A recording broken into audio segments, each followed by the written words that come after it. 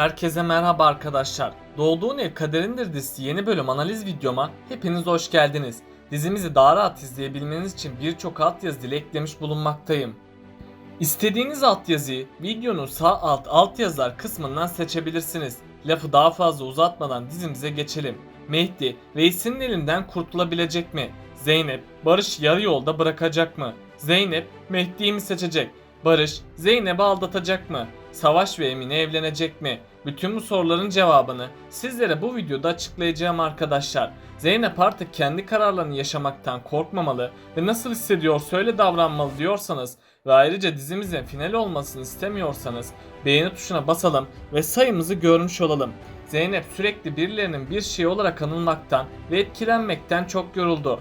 Artık hayatıyla ilgili kararlarını kimsenin etkilemesine ve sorgulamasına izin vermeyecek.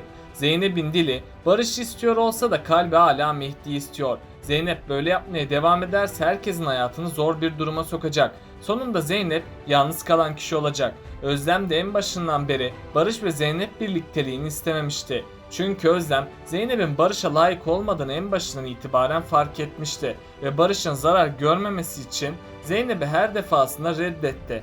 Özlem, Zeynep ve Barış birlikteliği olsa dahi bu durumu asla kabullenmeyecek.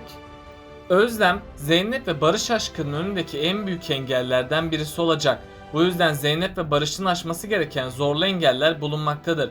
Eğer Zeynep ve Barış bu engelleri aşarsa aralarındaki bağ daha da kuvvetli olacak. Nermin Hanım eski zenginliğine kavuştuğu için Ekrem ondan intikam alacak. Çünkü Ekrem, Nermin yüzünden zenginliğini kaybettiğini düşünecek. Bu yüzden bir süreliğine Ekrem, Zeynep ve Nermin'i rahat bırakmayacak. Özellikle Ekrem, Zeynep'i öldürerek onu ortadan kaldırmak isteyecek. Ama buna Mehdi ve Barış engel olacak. Hatta Zeynep için kendi canlarını dahi feda etmeye hazır olacaklar. Nermin artık Zeynep'e bir zarar gelmemesi için ona daha çok değer verecek. Sakine de Zeynep'in Nermin'i seçtiğini düşünecek. Bu yüzden Sakine her zaman kararlılığını devam ettirecek. Sakine bu yolda Nermin'e çok büyük bir savaş başlatacak.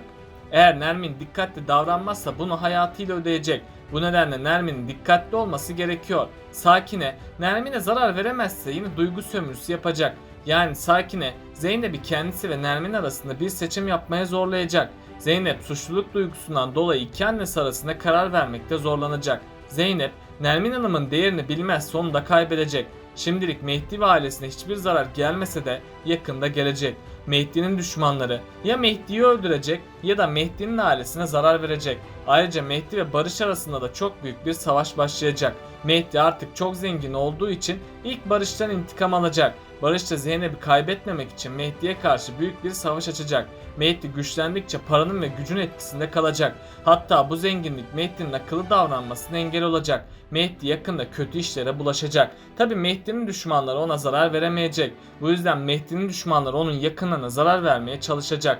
Bunların ilk başında gelen isim de Zeynep olacak. Çünkü Mehdi'nin Zeynep'i çok sevdiğini bilecekler. Hatta Mehdi'nin Zeynep için kendi hayatını tehlikeye attığını fark edecekler. Bunun sonucunda Mehdi'nin düşmanları onu Zeynep'in hayatıyla tehdit edecek ve bu şekilde Mehdi'ye tuzak kuracaklar. Nuh da çok büyük bir tehlikenin içine girecek. Nuh, Cemile'den boşanmazsa yakında hayatını kaybedebilir. Çünkü Cemile'nin baskılarıyla Nuh, Mehdi'nin yanında yer alacak. Bunun sonucunda da Nuh, Mehdi'yi korumaya çalışırken vurularak diziden ayrılacak. Eğer Nuh, Barış'ın şoförü olarak kalmaya devam ederse hayatını kurtarmış olacak. Bu ihtimalde de Cemile Nuh'u terk edecek. Çünkü Cemile Nuh'un Mehdi'yi yarı yolda bıraktığını söyleyecek. Bu yüzden yakında Nuh ve Cemile ayrılabilir. Bunun sonucunda da Cemile yine yalnız kalacak. Savaş ise artık hayatına yeni bir başlangıç yapacak. Çünkü en son Savaş bir karar vermişti.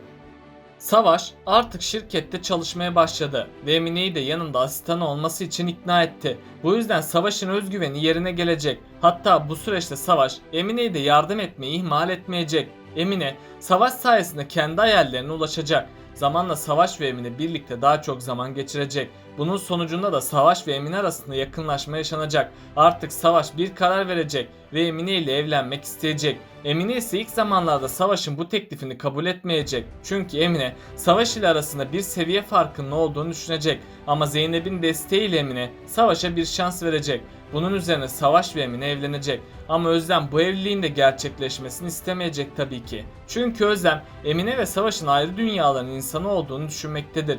Bu yüzden Özlem engeli bir süreliğine çözüme kavuşmayacak. Ama sonradan tüm sorunlar çözülecek ve Emine ile Savaş kavuşacak. Yani Savaş ve Emine için de güzel günler gelecek.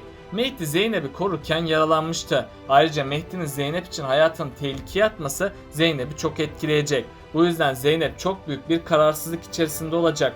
Çünkü Zeynep yeniden Mehdi'ye aşık olacak. Zeynep Mehdi'ye aşık olmadığını söylese de kalbinde hissettikleri tam tersi olacak. Bu yüzden Zeynep Barış ve Mehdi arasında kesin bir karar veremeyecek. Zeynep ilk başlarda Barış'ın sevgisine hayır diyemeyecek. Zeynep Mehdi'nin kendisi için yaptıklarını görünce tüm düşünceleri alt üst olacak. Mehdi de hala Zeynep'i sevmekten vazgeçemedi ve Mehdi Zeynep'i canından vazgeçecek kadar seviyor. Eğer Zeynep Mehdi'ye dönerse Mehdi de Zeynep'e dönecek. Zeynep Nermin ve Barış'tan çekindiği için bir süreliğine duygularını belli etmeyecek. Sonradan Zeynep'in Barış ve Mehdi arasında bir seçim yapması gerekiyor.